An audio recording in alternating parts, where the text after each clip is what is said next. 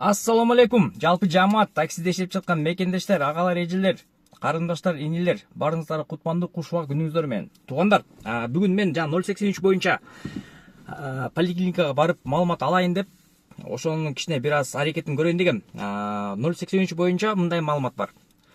Районный больницага же поликлиникага барып 083 тапшырыш үчүн биринчи очередь силер ОМС алыш керек экенсиңер. Обязательно медицинский страхование деген 1840 сом турат экен анысы.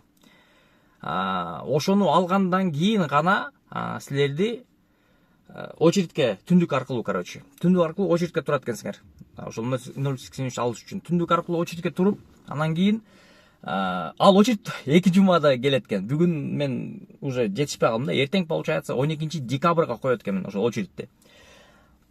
Анан 12 декабрь күнү келгенде, получается, ошол күнү барат экен эмеге, больницагачы барып, анан кийин жанагындай эмелерди, окулист, терапевт, хирург назначенияларын өтүп, справкаларын өтүп туруп, анан кийин ошол өткөндөн кийин регистратура, получается, жанагы бул өттү деп туруп жөнөтөт экен. Анан жөнөткөндөн кийин түндүктө жанагы эме жакта, Моя здоровье деген жакта 083-түн прохождениясы болду же справкасы бар деген 1 жылдык эмеси мүнөтү менен чыгат экен. И ОМС тоже ошондой экен, 1 жылдык эмеси бар экен. Анан военный билет сөзсүз керек экен. Без военный билета никак дейт. 083-тү алыш.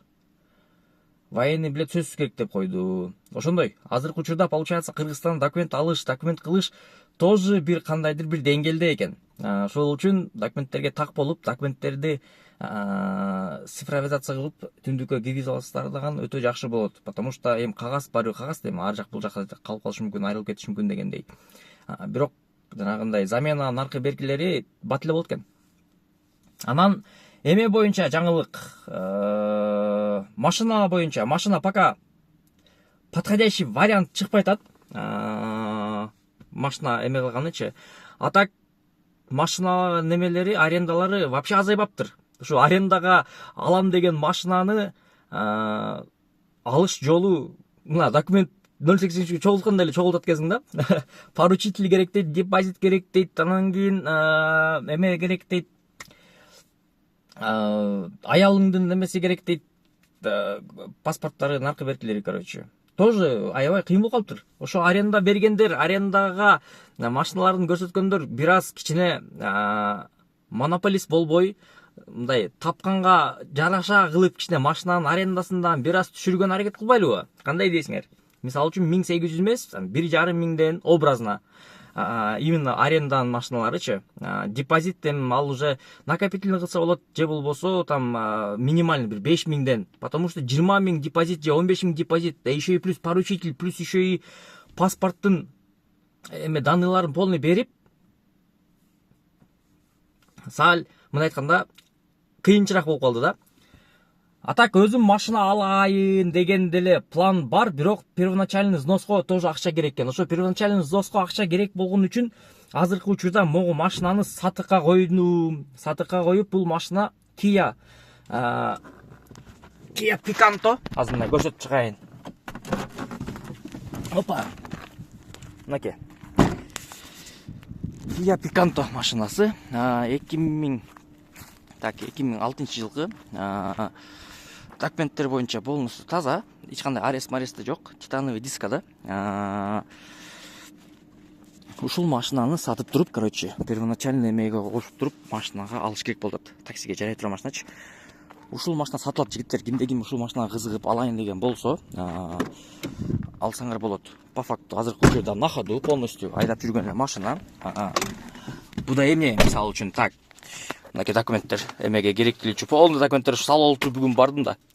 Так, машина боюнча механика, документтер боюнча таза, вложение керек, вложенияга печканы оңдош керек, бүттү. Лобовой трещинасы бар, бирок не влияет дейт го нахат.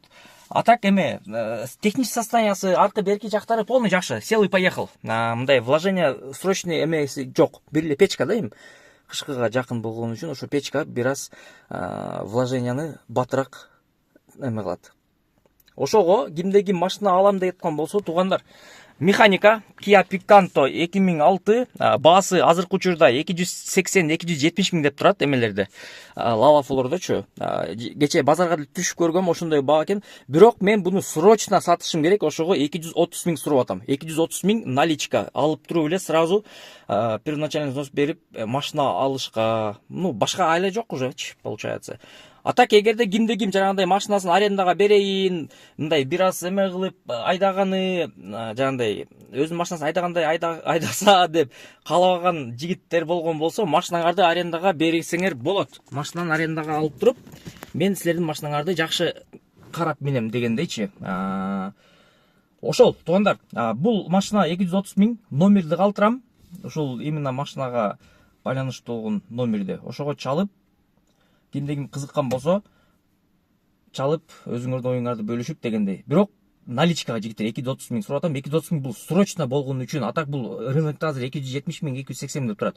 Ушул учурда мен деле барып кызыгып көрдүм, ал жак бул жагын карап көрдүм. Ошого кимде ким алам деген болсо, жигиттер чалып, жигиттер дедим го эми, вообще негизичи, чалып сурасаңар да болот. 230 миңге налга конкретно алып кетесиңер. Ошо вложение бир эле печка да эми. А так на ходу кеттиң, эми жете турган жагыңа жетесиң да. То есть технический состояниясы жакшы. А так Kia Picanto'ну өзү негизи мындай айдап жүргөн адамдар эле кызыгат деп ойлоп калдым да, потому что бул тоже мындай неме экен да. Эми беркиндей жана фиттердей эмеси жок да, популяризация болгон эмес. Ошого кимде ким алам деген болсо, номер калтырам. Анан по поводу аренды, жигиттер эгерде кимде ким жагандай возможность болгон болсо, машинасын арендага берип эмегечи тоже жакшы болот эле, машинаңарды арендага айдап тиричилик кылган дегендей. Пока машина варианттар чыгып атат, но бир аз мындай айтканда невыгодныйраак болуп атат да. Потому что мен айтып атпаймынбы, мен максимум арендадан сырткары, газдан сырткары чөнтөгүмө там образно бир 2 миңге чейин иштесем эле кылам депчи. Ошо контент менен бирге алып кетейин деген ойда. А так мындай эртеден баштап кечке чейин таксиде иштеп, машинаны ал жака бул жака чапкылап эме кылган